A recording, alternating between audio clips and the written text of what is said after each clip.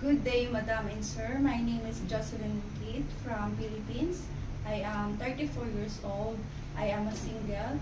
I am an ex-abroad from Doha, Qatar for 2 years. My duties and responsibilities are cleaning, cooking, washing clothes, ironing. My madam is PWD. She has a polio. Her age is 50 years old.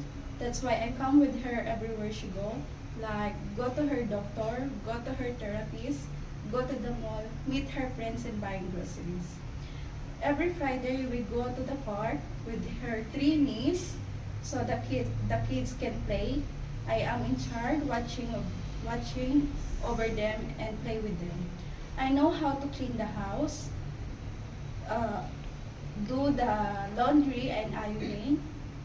I am willing to take her baby and children. I am willing to learn how to cook Chinese food. I am committed to work abroad and finish my 2 years contract abroad. Thank you.